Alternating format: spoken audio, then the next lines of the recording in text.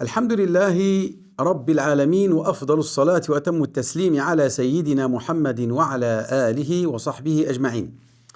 Chers frères et chères sœurs, ravis de vous retrouver dans votre émission Qu'Imam me suive, réalisée par la Grande Mosquée de Paris, dans lequel nous développons tout un ensemble de terminologies commençant par les lettres de l'alphabet. Aujourd'hui, nous allons découvrir la lettre J. J comme Jéhovah. Jéhovah est le nom donné à Dieu en araméen.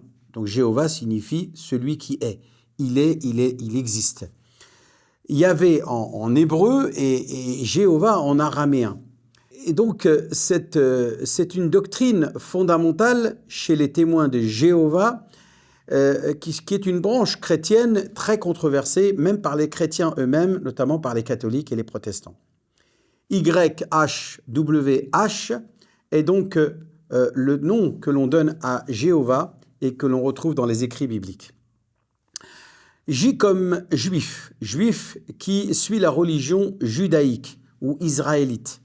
Le juif est donc ce croyant qui fait partie des gens du livre, qui a comme référence tous les prophètes qui ont vécu avant Jésus, commençant par Abraham, Isaac, Jacob, Joseph, Moïse, David, Salomon, etc. Et qui considère que Allah subhanahu wa ta'ala est un et unique et que ce peuple a été élu par Allah subhanahu wa ta'ala et que de ce fait, tous les autres communautés ne sont pas concernées par le précepte de l'islam. C'est ce qui nous démarque de cette religion, que nous considérons, nous, au contraire, que le message est universel à toute l'humanité. Jésuites, J comme jésuites, est la compagnie de Jésus. C'est une congrégation catholique composée d'hommes, des prières régulières et qui sont des prêtres réguliers fondés par Ignace de Loyola et Saint François Xavier. Pierre Fabre aussi, en l'an 1539, donc au XVIe siècle, et approuvé par le pape Paul III en 1540. Ces jésuites donc sont un courant ou une confrérie, on peut dire comparé au soufisme, de l'Église catholique. J comme justice. En effet, cette terminologie est une valeur intrinsèque à, bien entendu, toutes les religions, mais en particulier à l'islam, qui accorde le jaza, la sanction ou la récompense par le paradis en arabe, jannah, ou la sanction pour l'auteur d'une jarima, c'est-à-dire d'un crime, le jour du jugement dernier. Encore une fois, des mots qui commencent par J. Donc, cette justice divine qui sera totale le jour du jugement dernier, eh bien, se concrétisera par la volonté d'Allah subhanahu wa ta'ala qui sera ce jour-là Al-Hakam, le juge de toute l'humanité. J comme Jilbab ou Jallaba est cité dans la sourate Les Coalisés, au pluriel, c'est-à-dire Jalabib, pour distinguer les femmes libres des femmes esclaves, comme le dit Ibn Abbas dans le tafsir.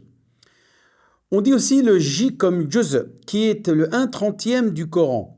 Le Coran étant divisé en 30 Juz, ou en 60 Hizb, qui sont le découpage exact par page du Coran. Bien entendu, le Juz est composé de 20 pages du Coran, puisque le Coran est composé de 600 pages. Le jeûne, J comme jeûne, est l'abstinence de manger, de boire ou de consommer des rapports intimes de l'aube au coucher du soleil. Il peut être obligatoire, comme le jeûne du Ramadan, mais il peut être aussi surérogatoire, comme le jour de Arafat ou le jour de Ashura et d'autres jours dans l'année, comme le lundi, comme le jeudi, comme les 3 jours de pleine lune. Tous ces jeûnes-là, qui sont surérogatoires, peuvent être pratiqués de la même manière qu'est pratiqué le jeûne du Ramadan. J comme jaïnisme. Le jaïnisme est une doctrine religieuse hindoue non violente et respectueuse des animaux par une ascèse rigoureuse qui mène au nirvana, comme ils le disent. C'est une croyance de l'hindouisme dans lequel l'adepte va être en méditation et va respecter notamment les animaux en s'interdisant sa consommation. Il est donc végétarien. J comme janissaires.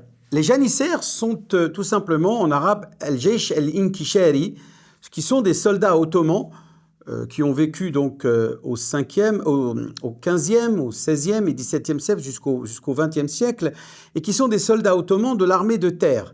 Alors que les corsaires, eux, sont les marins ottomans qui régnaient sur la Méditerranée.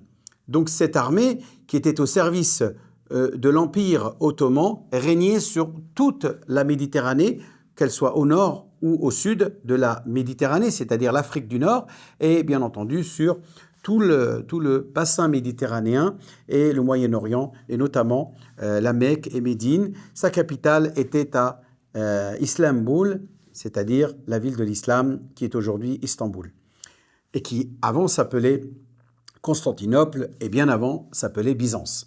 Voilà pour ce qui est de cette lettre, qui est la lettre J. Nous verrons, Inch'Allah, la prochaine fois, une autre lettre. En attendant, j'implore Allah subhanahu wa ta'ala qu'il fasse que vous puissiez trouver à travers ces connaissances la lumière qui vous permette de vous élever vers Allah subhanahu wa ta'ala. Amin. Wassalamu alaikum wa rahmatullahi wa barakatuh.